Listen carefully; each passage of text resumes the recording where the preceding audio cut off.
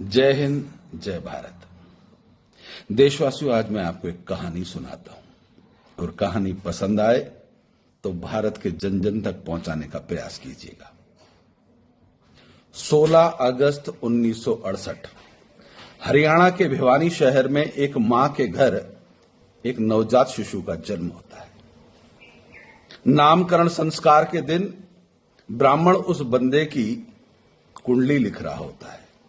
अकस्मात ब्राह्मण के आंखों में आंसू बहना चालू हो जाते हैं। माता और पिता उस ब्राह्मण से पूछते हैं कि पंडित जी, दुखी, आपके आंखों में आंसू, इस दुख का कारण बता सकते हैं? पंडित के आंखों से आंसू बह रहे थे और वो कुंडली लिखता चला जा रहा था। कुंडली लिखते समय उस ब्राह्मण ने अंतिम जब ओम हरि लिखा, उसके बाद दोनों हाथों से उस मां बाप की तरफ देखा और बताया कि माताजी, आपके घर में कलयुगी कालनेमी का जन्म हुआ है।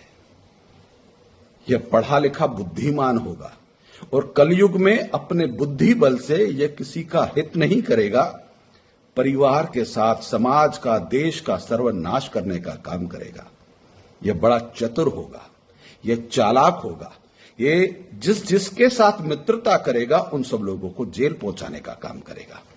ये खुद कहीं नहीं फंसेगा, परंतु जनता को मूर्ख जरूर बनाएगा, परिवार को मूर्ख बनाएगा, देश की जनता को गुमराह करेगा। यह कालनेमी है। जिस प्रकार से सतयुग में कालनेमी ने हनुमान जी को छलने का काम किया था, कलयुगी कालनेमी पूरी दुनिया को छलने का काम करेगा। आपका यह बेटा जीवन में कभी सच नहीं बोलेगा। आपका बेटा अपनी ही औलाद की झूठी कस्में खाएगा, अपने ही परिवार की झूठी कस्में खाएगा। हर वह झूठ बोलेगा जो शर्मिंदगी भरा हो, चुल्लू भर पानी में डूब मरने वाला हो, परंतु इसे शर्म बिल्कुल नहीं आएगी। यह किसी न किसी राज्य का मुखिया जरूर बनेगा। हो सकता है मुखिया बनने के बाद यह देश के, जनता के और अपने ही साथियों को छलने का काम करे। यह जिस राजनीतिक दल का मुखिया बनेगा, उसके पोस्टर पर हर 2-3 साल में चेहरे बदल जाएंगे, क्योंकि यह जिसे ईमानदारी का सर्टिफिकेट देगा वह भी झूठा होगा।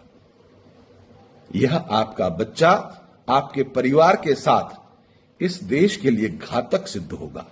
इसलिए माताजी, मेरी आंखों में आंसू आ गए थे। यह देश, यह समाज और यह संस्कृति के लिए कलंक है। इस कलयुगी कालनेमी इसलिए कहा माताजी, प्रयास कीजिएगा कि परमात्मा से प्रार्थना कीजिएगा इसे सद्बुद्धि आए, परंतु इसे सद्बुद्धि कभी नहीं आएगी। यह दुनिया के लोगों को ईमानदारी के सर्टिफिकेट बांटेगा, परंतु सब फ्रॉड होंगे, सब झूठे होंगे। यह जिसे ईमानदारी का सर्टिफिकेट दे, मतलब मान लीजिएगा कि यह बेईमान नंबर 1 है, वह चोर नंबर 1 है, वह भ्रष्टाचारी है, उसे यह ईमानदारी का सर्टिफिकेट देगा। और जिसे यह ईमानदारी का सर्टिफिकेट दे, उस व्यक्ति को भी समझ लेना चाहिए कि उसके जेल जाने का समय आ गया है। यह अपने को जेल से बचाने के लिए कहीं हस्ताक्षर नहीं करेगा। यह जिस टीम का मुखिया बनेगा, वहां पर अपने समकालीन जितने भी साथी हो उनको जेल भेजने का काम करेगा, उनको फंसाने का काम करेगा।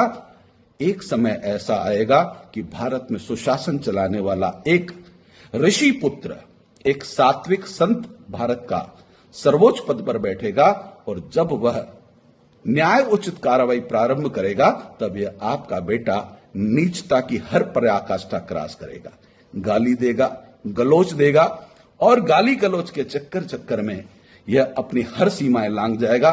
उस दिन आपको शर्मिंदगी होगी कि कैसी औलाद को जन्म दे दिया।